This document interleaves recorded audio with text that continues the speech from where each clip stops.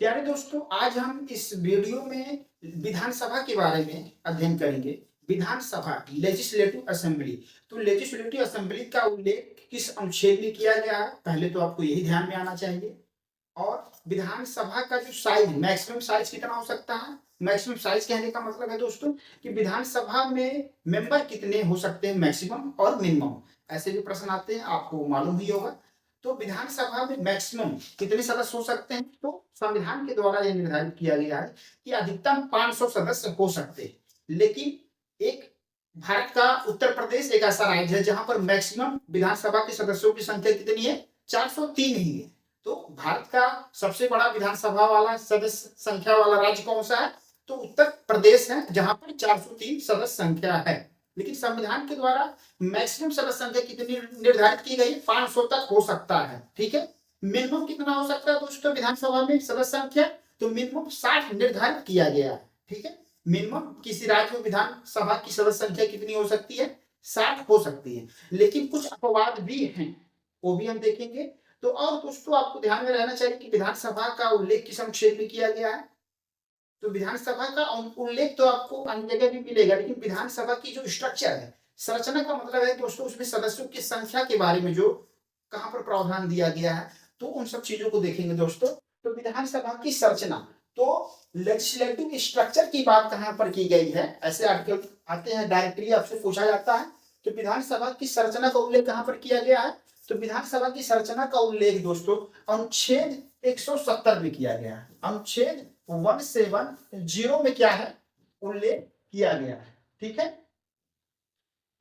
ये चीजें ध्यान में रखना। और क्या कहा गया है कि विधानसभा की अधिकतम संख्या कितनी हो सकती है, संरचना में 500 हो सकता है।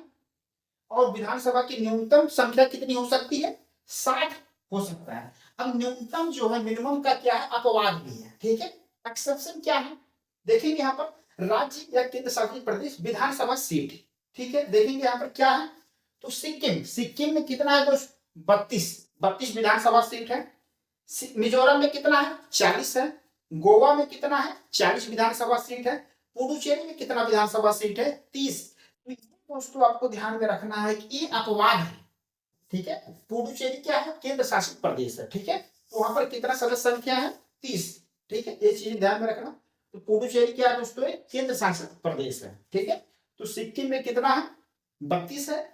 और मिजोरम में कितना है दोस्तों, 40। और गोवा में कितनी सदस्य संख्या है, 40। तो ये आपको अपवाद जो है वो ध्यान में रखना है। ठीक है।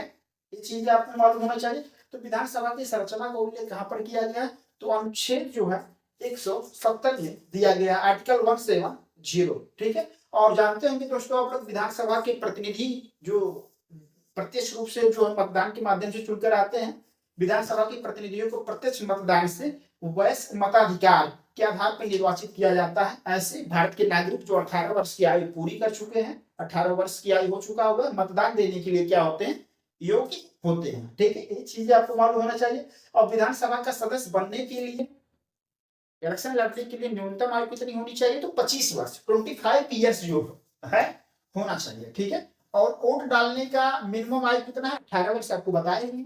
ठीक है। तो ये चीज आपको ध्यान में रखना। ठीक है दोस्तों।